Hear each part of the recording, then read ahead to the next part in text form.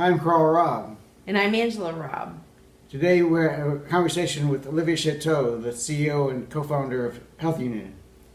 Health Union provides social and mobile platforms to enable people living with chronic conditions to learn, connect, and share in meaningful and impactful ways, impacting the lives of millions of people challenged by living with health conditions.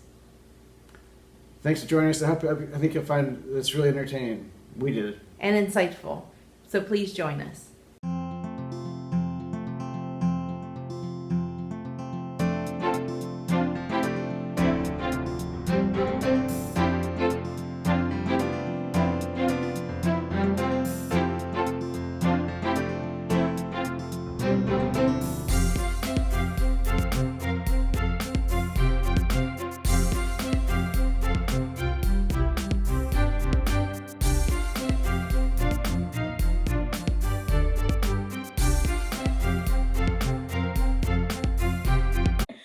Hello, I'm Karl Robb. And I'm Angela Robb. And we're very grateful to have our friend Olivier Chateau from Health Union here today.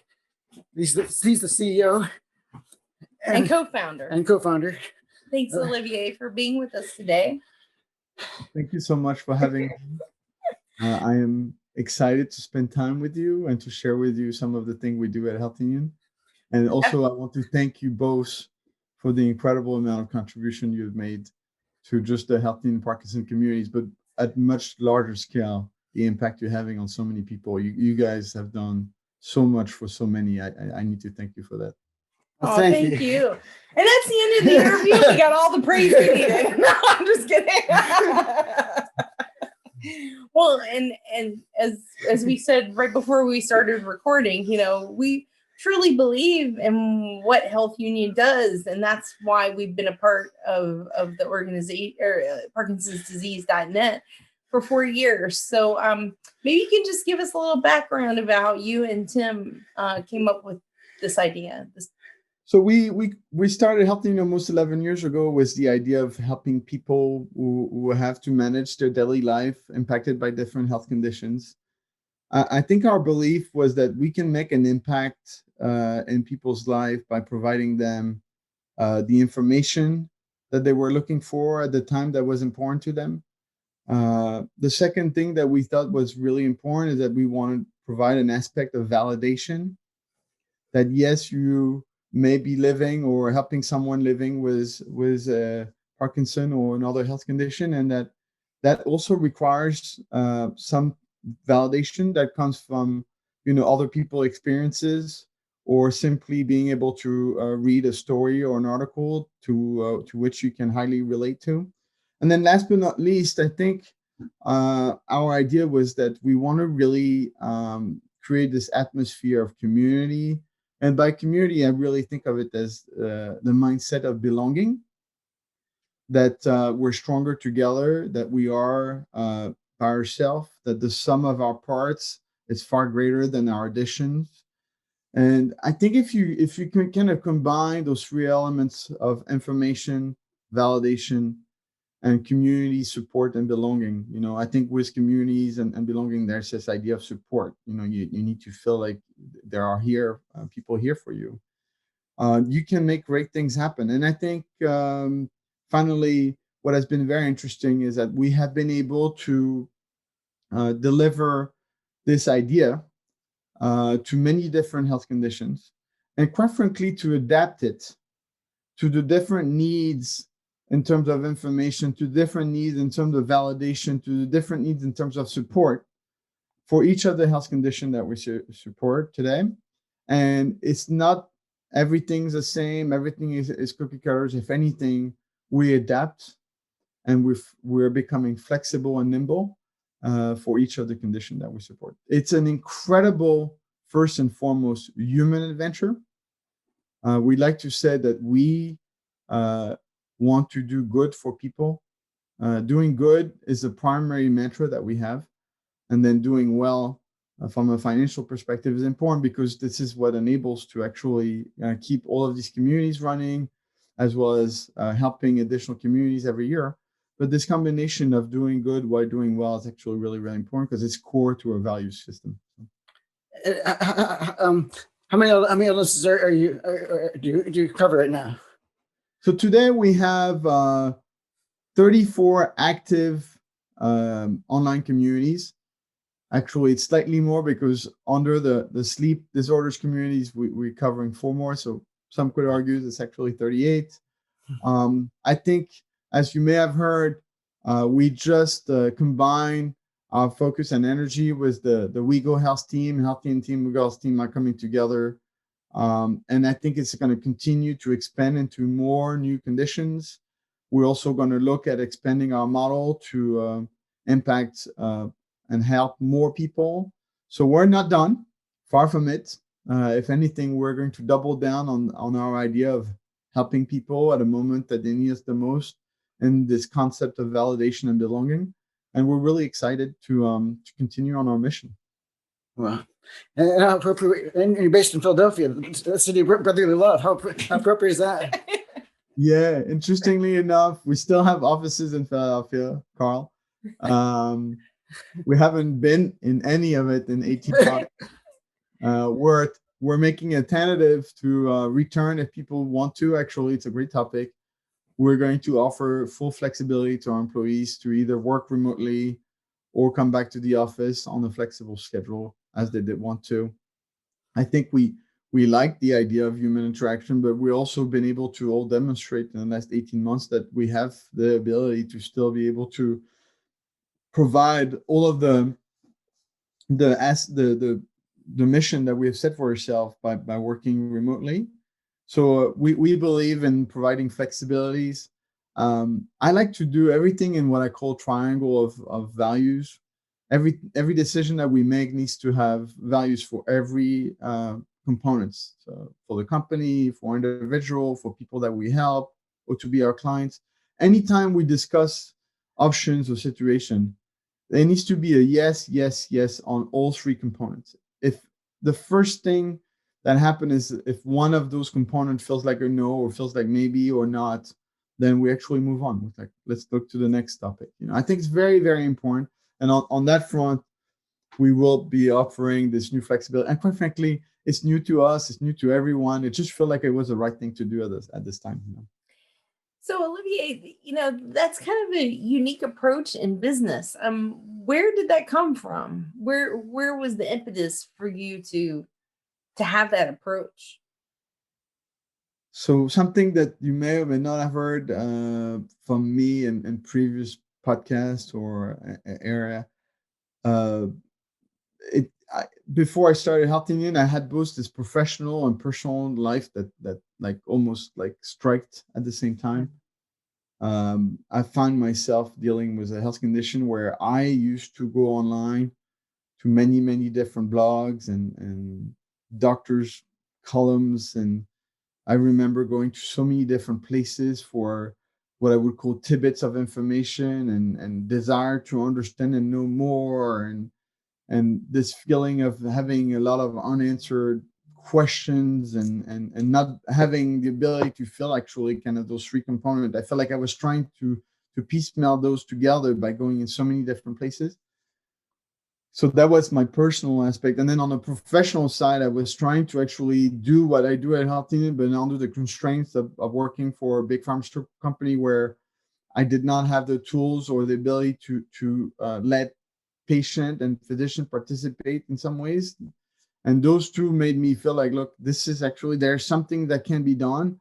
I think additionally, at that same time, I felt like everything online as a person that was going through struggle, a lot of large umbrella existed where you could, I find them, I used to describe them as funnel of information. They're fine. They provide great baseline information, but they didn't provide me that community and belonging and validation that I was looking for in some ways, like that support, that little tap on the shoulder in a digital fashion that makes your day better and your week better and your next month better. It gives you hope in some ways, and those 2 moments kind of collided.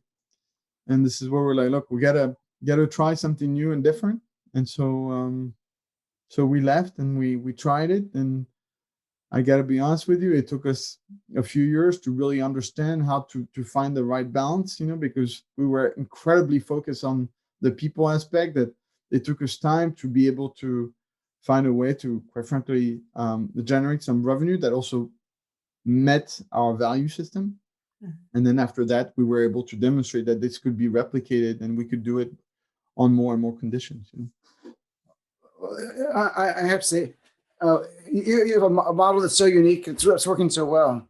It's amazing.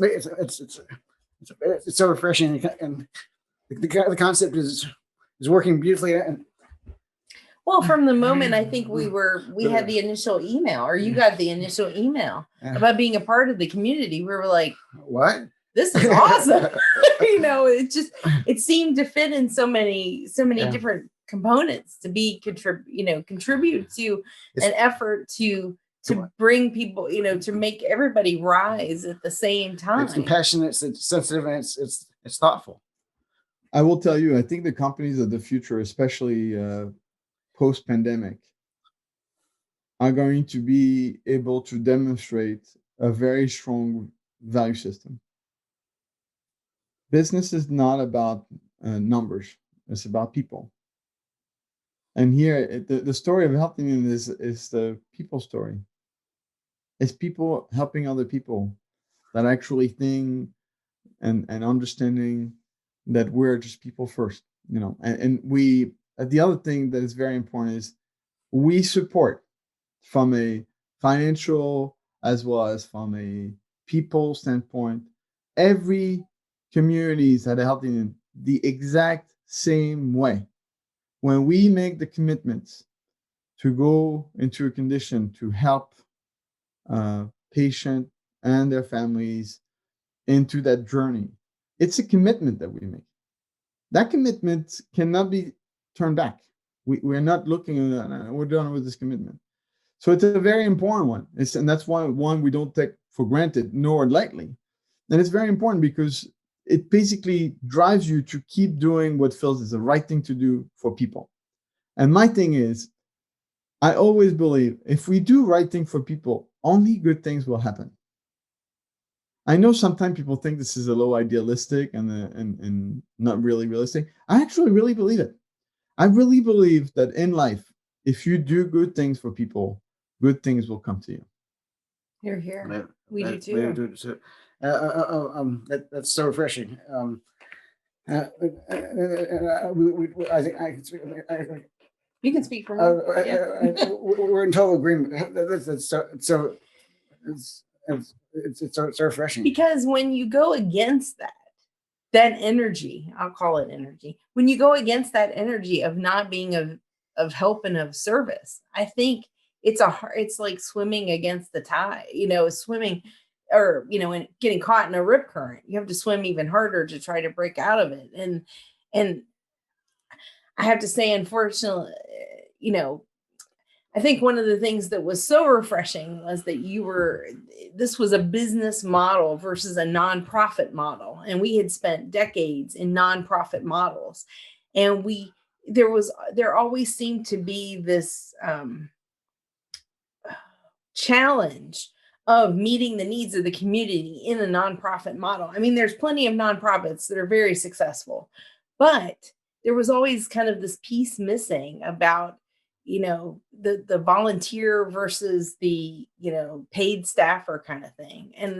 And the way that the model has been set up, it's so efficient because I don't feel there's a division between paid staff and the contributors and the moderators in the Health Union space. It's like everybody is on the same level and everybody is being lifted up at the same time, along with the audience, the people who are coming and looking for support. I mean, it just seems like a win-win-win. Like you were saying, all three pieces have to be together.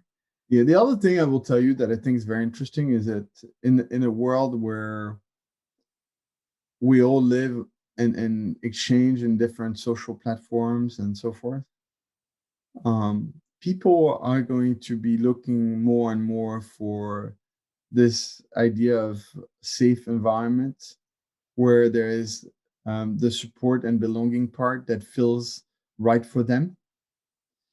And I think maybe it was a little bit early on the time, but it's only going to increase that need, and that people are going to basically almost make a request for commitment that you cannot make if you are a large Facebook platform and so forth. It doesn't necessarily need that you can leverage these social platforms to bring people together at a high level. But when it's time to get down to like creating a value proposition of connection, a support system, and so forth, this desire to be part of what we consider social health movements outside of social platform at condition level that has an impact on people's lives is, in our opinion, where we can play a role and have a big impact. Because, we've never valued a value proposition about how big we are. We only valued a proposition about how good the relationship we create are. And I think this is fundamentally very different too, is that we're not in a game of numbers. I mean, I think it's so fundamentals in a value proposition, and more importantly in our vision, is that we care about people and the impact we can have helping them. And I think that's the fundamental point of view here, is that we think that 2,000, 200,000 is the same. It's the same to us. For us, it's what kind of impact we can have for people. That's honestly, and if that impact is huge, it's fine. Actually, I'll go a step further. We often like to write content for people that only maybe a very small, tiny part of people's having a condition. Very small part. It might be only a couple percent, like 2 or 3 or 5% of people will have a condition that might be interesting with that piece of content. We actually think that it is our duty to make sure that we cover this topic and not just the symptomatic impact of a condition on someone's, quality of life or health habit that could have a 80 to 90% of people because they do have that symptom. It's equally as important for the persons that have this topic of interest or very unique trigger or very unique symptoms or biomarker, you name it. Like I can find a lot of different analogs to actually talk to them, because the value in what we do is not about quantity, it's about quality. And you can only feel validated, by the way, in having this condition and filling a support system if you actually sense it. And in order to sense it, you need to feel like this is a representation of you or a part of you. And that's very important because, like in the content creation engine that we have equal amount of importance on what I call the 5% as we do on the 90%. And this is why it actually works. It's because we don't focus on 90% only or on 5% only. We actually try to find a balance for everybody. It's not easy, but we try to do our best. Well, it's so important. Who else is talking about it? If it's only 5%, are you going to find out that information at your doctor's appointment? Are you going to find out that information from another forum? Who knows? Are you going to find it at a local support group? You may not hear it anywhere else. So, and the variety of voices, I think, is the empowering part too. You're not just working with, 3 people that are providing information about a certain condition. You represent so many voices, young, old, newly diagnosed, later diagnosed, care partners, family members, etc. The chorus is the important part, because they'll find that tiny percentage, because the chorus of people that are contributing is a valuable resource. Everybody has a different flavor of whatever condition they have. So the more voices that you have. I will tell you something else that is really important you just touched on, which is that one of our biggest objectives in the months and years to come is that regardless of where someone is in their health journey, We want them to feel that sense of belonging. It could be an early part of their condition. It could be, in the middle part of it, or it could be in an advanced part of it. We want everybody to feel like they belong in the same level, and that we provide them tools and materials and content and support that actually works for them. Actually, I think, one of my big thing is I don't think that technology should be a driver of change in our model. Technology, in my opinion, should be an enabler of change. And I think this is where technology can help us greatly to identify, the most, research topic if you are at that moment in your journey, or, like how can we actually let technology suggest or provide some indicators of support indicator, and through content aggregation and stuff like this, that by the way, that will all be ours, and respects all privacy laws, that really, really has huge potential impact for us. Because I think one of the biggest challenges that you don't necessarily know what you don't know. You know what you know, you don't know what you don't know. And I think one of the opportunity that we have is potentially to strengthen those validation and support system by actually providing some information on what you don't know. That's a big, big, big thing for us. And we think that that can have a pretty big impact, for everyone in a very, very meaningful way. Wow.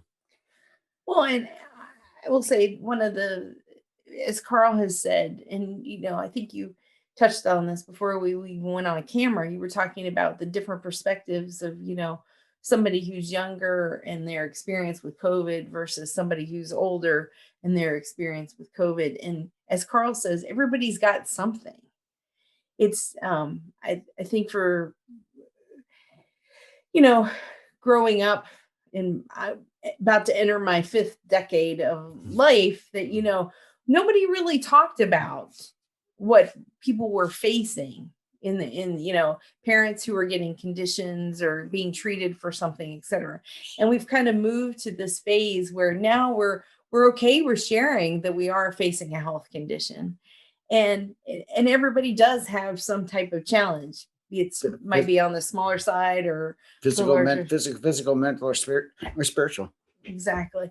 So that anticipating that piece that you're mentioning, anticipating what the need might be, is that I think on the forefront of how we're going to approach the next 50 years. Yeah, and I think to that point, I also think we need to understand there will be new medium. I actually think you guys are the perfect example. I think people will want to consume content for support and validation in the form of podcast, the form of audio. I think there's going to be a continuation of evolutions. The same way like we went from consuming content on our laptop or desktop to consuming on our phone, we're actually going to start to consume it in our ears. Like, it doesn't mean that one's going to go away and so forth. I think there's going to be a more spread redistribution of how do people are seeking the information, the validation, and the support. I also think you will see us making investment and continued providing some type of support in all of these different medium. I think it's important because, we're all creatures of habits. Like in the last 10 years, our habits switched from, last 20 years, switched from newspaper to internet to social media. And then, it's going to continue to evolve. And as you guys know, we don't proclaim to actually go get people. We just go meet them where they are. This is our mantra: is we meet people where they are. If they're on social, we'll go see them on social. If they start to move slowly in other direction, or younger generation go somewhere other direction, we'll follow them there. And I do think that what we will see is that we want to have the flexibility and adaptability to continue on that flow, and I think that will require adaptability in medium. Audio, I think, is a big one. And I think the other thing is, which we discussed before the call, is how we're going to be able to potentially integrate relationship with doctors and ability to connect with them, and ability to share with them, and I think we are going to see what I call telehealth 2.0, because right now telehealth with the pandemic has been very transactional. Like, oh, I want to see my doctor. I just jump on the screen and we're having a quick conversation. To what will be telehealth 2.0 look like, and what are the tips and the ability to exchange in a more pragmatic ways with your healthcare team in general. I think what you will see is we're going to try to identify how can we provide or be part of that support system as well. Like, I think it's not only just the help amongst people, but how do you also help them with the external component of the world? So obviously the healthcare team is probably one of the most important ones as it comes to the conditions. So, a lot of things that we're working on, a lot of tremendous amount of, I call it brain power, that is pushed toward trying to think how to best really solve some of these, frankly, very complex problematic. So it's exciting time. I mean, it's really amazing, There's lots to do, and there's a lot of change coming, I guess. Well, and a lot of opportunities, a tremendous amount of opportunities, because I certainly think that, my generation and the kids that are behind us, I mean, they've taken that leap forward, from, little kids that have iPads. We didn't grow up with any iPads. I had an Atari, I had an Atari 800. And all it did was gameplay. That was it, So, I mean, there's a tremendous leap, like you said earlier before we were recording. Huh? I had dial-up. 2 tin cans and a wire, a string. That was dial-up.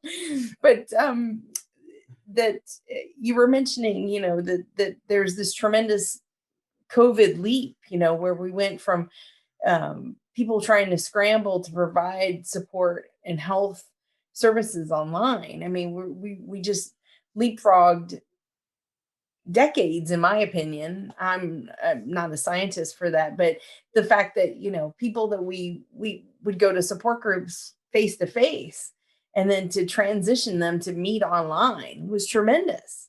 I mean, we did a lot of Zoom coaching, like, okay, hit that button, etc. You're on mute. Yeah, exactly.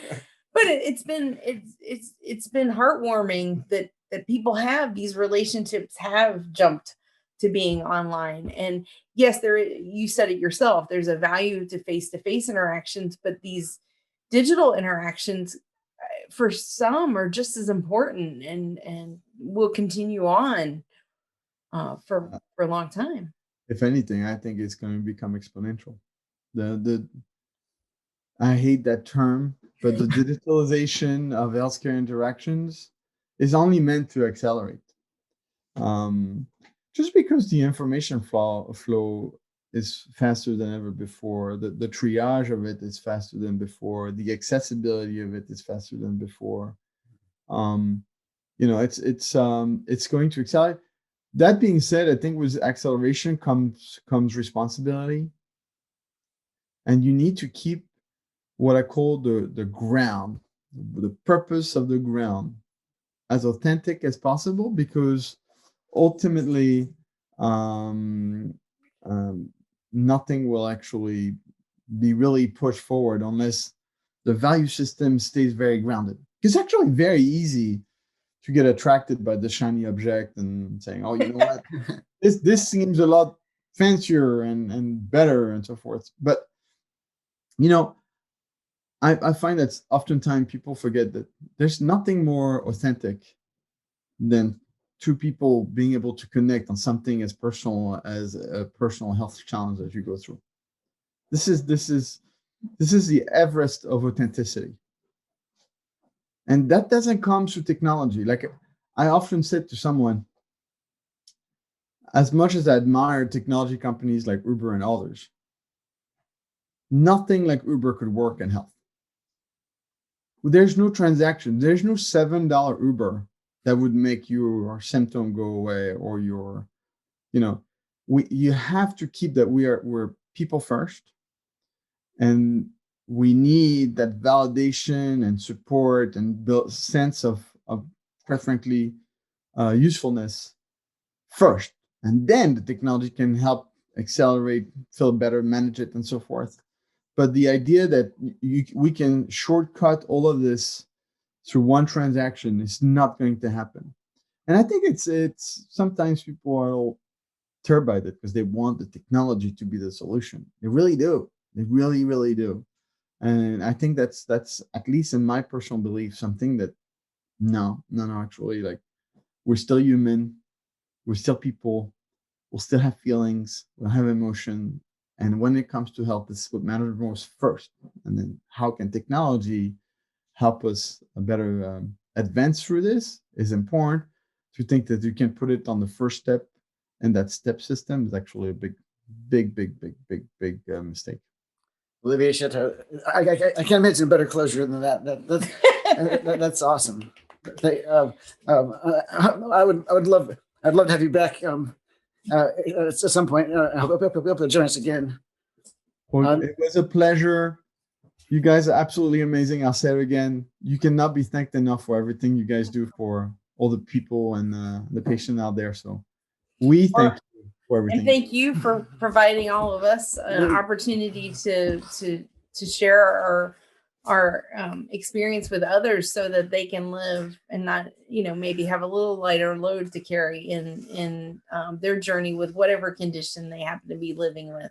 So thank you for that. The company's Health Union, and we're on Parkinson's.net, and you can check out all the communities they're on their platform. So I encourage you to do that if you are facing a health challenge or a condition you're trying to manage. Please go check it out. Thanks so much. Take care. Thank you so much.